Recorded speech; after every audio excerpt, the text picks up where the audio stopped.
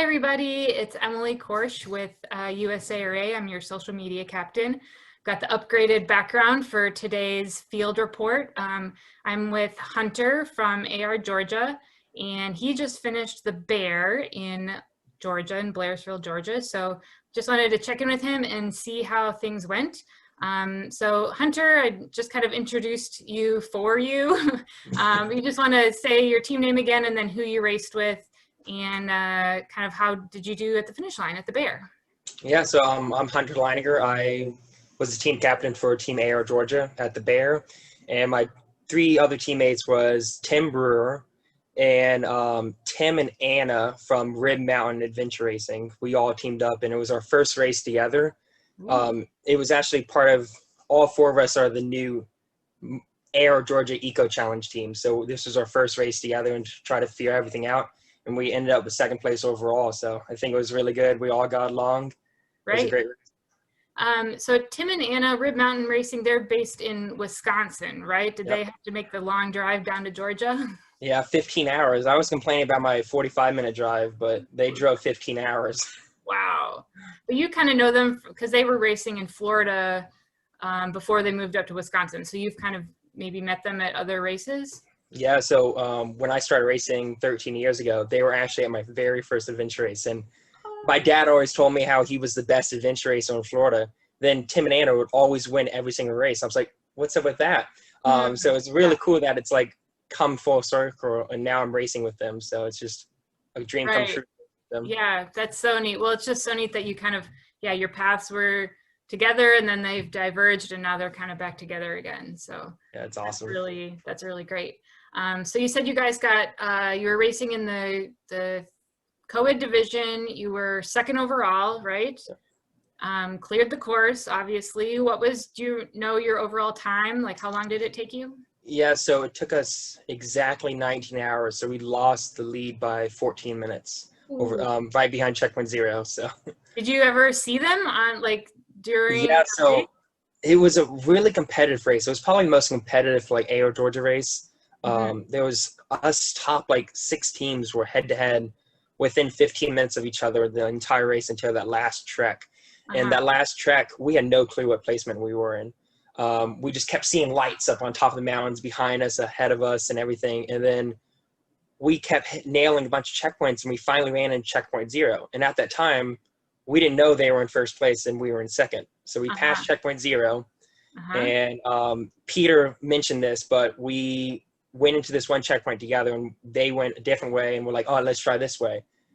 Wrong decision. We made an hour mistake there. We fell really far behind. We actually fell back to 4th place or something. But we still had 20 miles of trekking left. So we just ran really fast and tried to close the gap all the way down to 15 minutes, but couldn't catch Checkpoint Zero at the end. Right. Wow. So that, how much of that, because it was like you said, a big trek, about 20-ish or so miles, you think? Yeah. Was that 100% in the dark or most of it, or what was that situation? It was 100% in the dark. So we started at 1:30-ish, I guess. We were only 15 minutes behind Checkpoint Zero and Bones going in that section. So we were 3rd place. And then we caught them both. And I guess we passed Bones somewhere. But we finished that trek as soon as the sun came up. So it was all night long trekking. Wow. And was that, were you on trails or bushwhacking the whole time, or what was that kind of ratio like? So it was I guess it was 50-50, half bushwhacking and half trails. And this Georgia, so those mountains are pretty steep up there. So even the trails weren't fast moving. It was pretty strenuous, but a lot of bushwhacking. That's how we caught up a lot of time, the bushwhacking, except our mistake, and then that's when we fell behind. Right. Yeah. But it happens to everybody. Yeah. Well, and that's kind of, it makes it exciting, but also a little bit stressful when you're close to the lead and you just don't know, if you made a mistake that wasn't, you think about an hour and maybe someone else did the same thing. Yeah.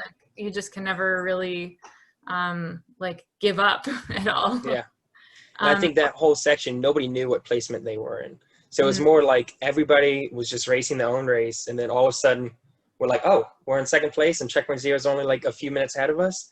So we didn't even know what placement we were in coming off that trek. And I think Peter said the same exact thing. They had no clue they were in the lead either. So Sure. it was more of just racing your own race, go as fast as you can, and try to catch everybody. Right. But we tried as hard as we could, but barely missed it.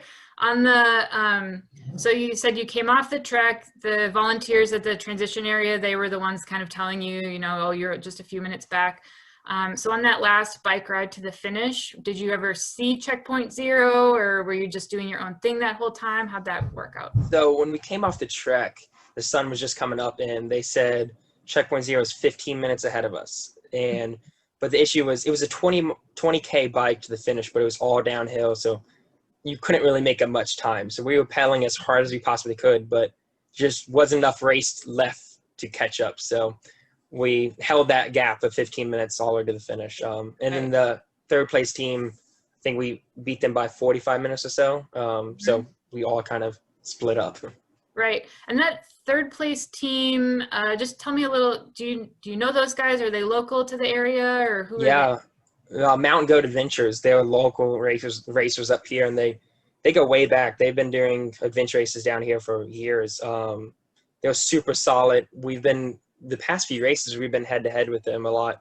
But actually going into that trek, the last checkpoint in the trek, the last two it's gnarly bushwhack straight up this mountain with a lot of poison ivy, like Peter said.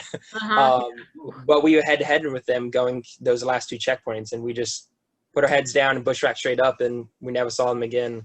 Oh, interesting. There was a lot of good teams. Like that last trek, like I said, we had no clue what placement we were in. There was a lot of teams running really fast, and you just saw a few lights, and then that's it. Right. Yeah. Well, it was really so exciting because, you know, this is kind of the Bear has been the first kind of bigger or major race since a lot of the COVID protocols have been either loosened or relaxed or something. So, you know, it's just like really exciting to see people being able to race in a socially distant way. I saw you guys all had masks at the start line, and it just seemed to, you know, be managed really well. So, yeah, I just know like a lot of us are really looking forward to seeing all of our adventure racing friends, not in a Zoom box. Yeah, I know. It is pretty exciting. Like for ARGeorgia, the Bear's always been like their smallest race. And interesting. Yeah, it's always been the smallest, like 30 teams maybe, and then after Eco Challenges, hundreds of teams now. Like I think for the 8-hour and the 24-hour, there's 120 teams or something like that, which is crazy for like the smallest ARGeorgia race. Right. So Eco Challenge definitely did a number on everything and really brought a lot of people to the sport, which is really exciting. Yeah. So I asked Peter this question, who also did Eco Challenge, but did you have any gear that you used at the Bear that still had the Fijian mud like ingrained in it? I think so. I think my bike, no matter how much I clean it, it's like some little spots. There's always like Fijian mud buried in there. And I think it's a souvenir. I kind of keep it in there. Just good luck. Yeah. There you go. And like when moments are tough, you'll look at it and be like, you know what? I've gone through a lot tougher stuff. Yeah. Or at least maybe they're equally tough, but Eco is 10 days of it versus just a day or so. Exactly. I compare everything to Eco. It's like, oh, I'm struggling right now, but I'm going to be in a bed tomorrow and sleeping with a shower and a nice cheeseburger in my hand. Right. Eco, no. Nice. So what's next for you? Are you gonna, you know, continue the foursome of ARGeorgia? Do you guys have any races on the calendar? What are you looking forward to? Yeah, so I have a lot of personal like ultra running things. I've been really getting into ultra running. So do you know what FKT is? Fastest known time. Yes. So I've been planning on attempting a bunch of FKTs. Like the Appalachian Trail is my main one. So I want to run 2,200 miles all the way from Maine to Georgia and try to beat the speed record on that thing. So that's like my biggest goal for next year, alongside Eco Challenge if we get back in. And the team I race the Bear with, that's my Eco Challenge team if we get back in. And a bunch of World Series races hopefully we can do. Right, just like pack the calendar full. Exactly, yep. Nice. So I just want to ask a little bit about your FKT attempt for the Appalachian Trail. Are you intentionally going southbound? Like, do you think that's going to be more motivating to head towards Georgia?